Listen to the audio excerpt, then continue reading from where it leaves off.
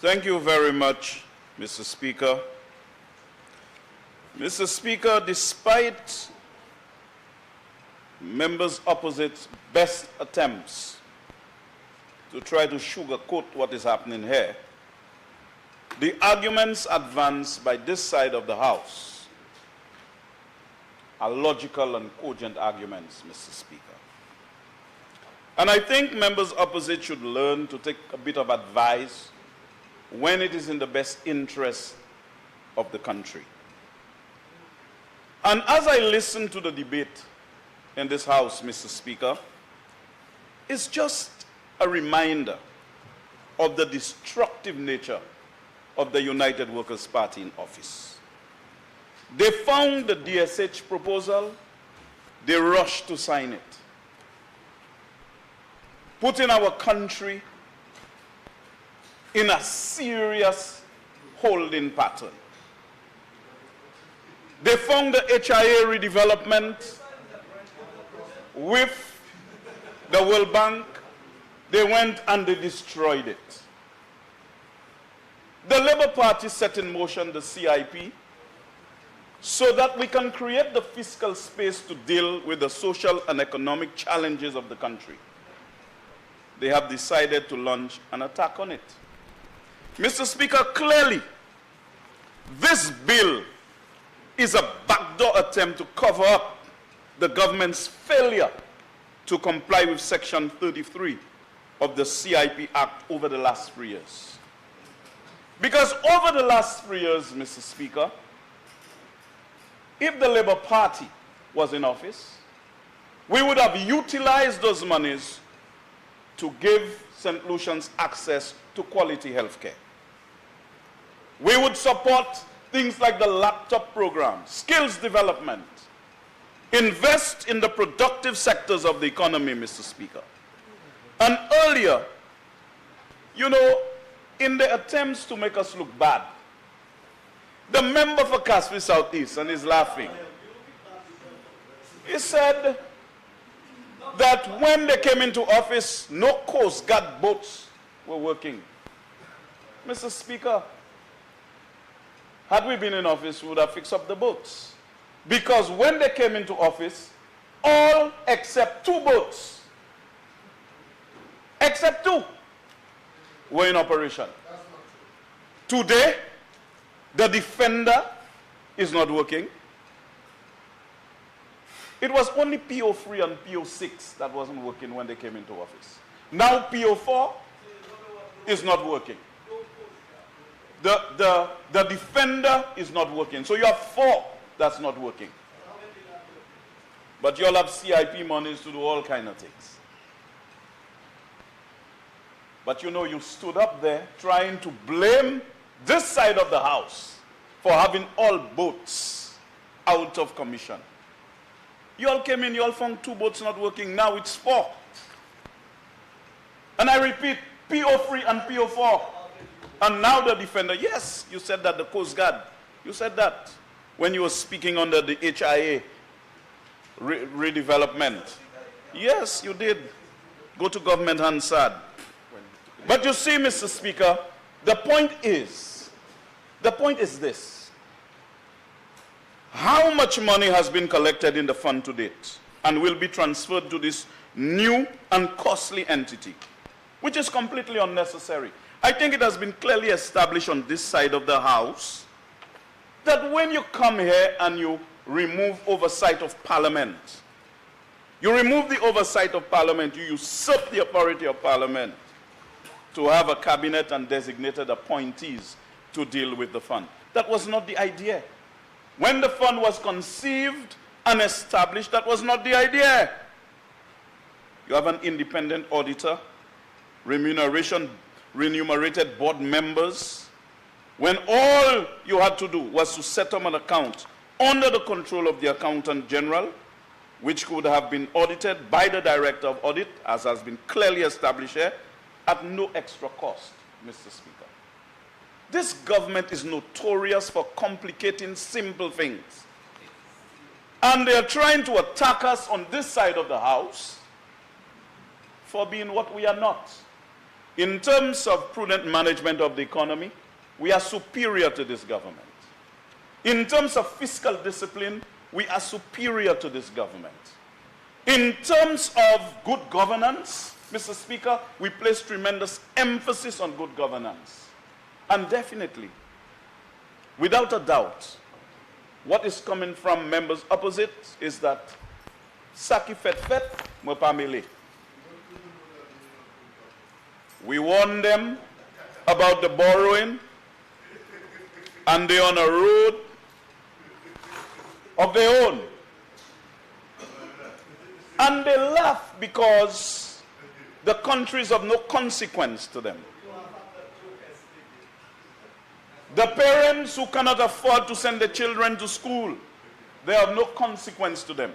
The people they fired in the NICE program, they don't care. So there's no hospital in the South because they don't need it. Look at them. They don't need the hospital. But we do. So they'll take the cool time and do whatever they want. They can fly to Miami, they can go to Martinique, they can go all over the place. So they can laugh at very serious things. But one thing I can say to you, for the past 3 years, you all have demonstrated very clearly that you don't care. We cannot make you care. But you are going to pay at the polls for oppressing the people of this country. You know, sometimes people can come day in, day out and blame this opposition for this and blame this opposition for that. We live in a democracy. And last time, the people were not satisfied, they decided to vote for them, so that they could make all the things that they said they were going to make right. But all the things that they have messed up are things they found. They found HIA redevelopment intact with the World Bank, destroyed it. Just give them anything that's good and they destroy it. The country was actually on a growth path. They are trying to destroy it. The CIP has been adulterated.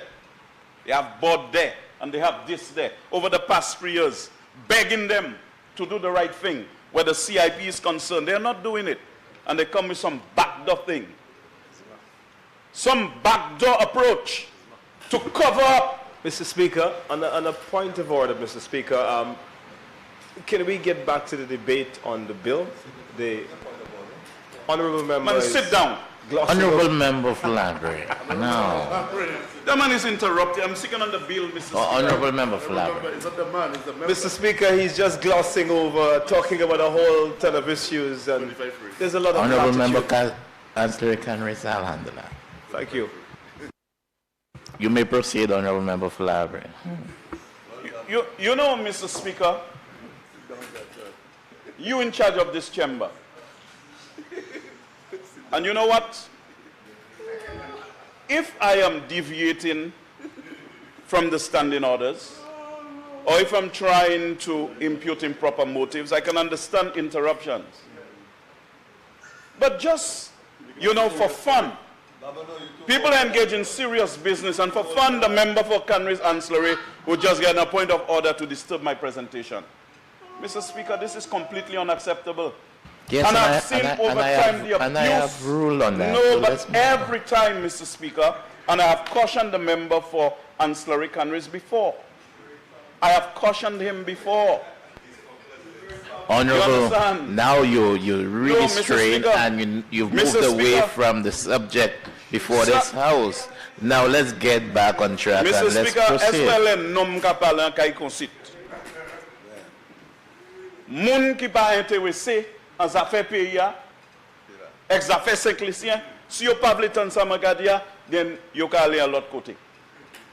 But when I'm addressing serious business in this house, I do not appreciate interruptions. When the people of my constituency are without a hospital while they're having their fun, I cannot be laughing with them. When the Carter Road, which was supposed to have been built by now, was in a deplorable condition where the ambulance can go and pick up this lady right up Carter.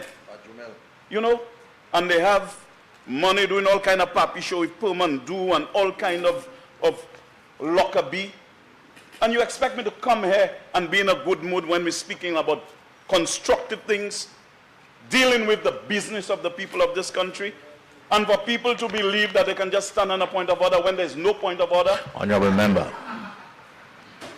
Member Library, get back to the subject matter. Normal navigation. But that's the subject matter, you know, Mr. Speaker. What we were going to utilize the economic fund for. That's what it is. That's what it is. Allow him to resume normal navigation, please. Mr. Speaker, the member for Labrie must be heard in silence.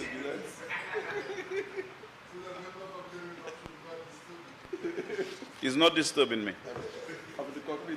So, Mr. Speaker, I think the member for ancillary canneries, instead of interrupting my presentation, you know what he should have been saying when he stood up to make his presentation? That consistent with new trends in tourism and well documented in publications of the World Bank, and I quote, "The emerging market niches can help deepen impact of tourism on the local economy. The new business model for competitive tourism involves managing the customer experience.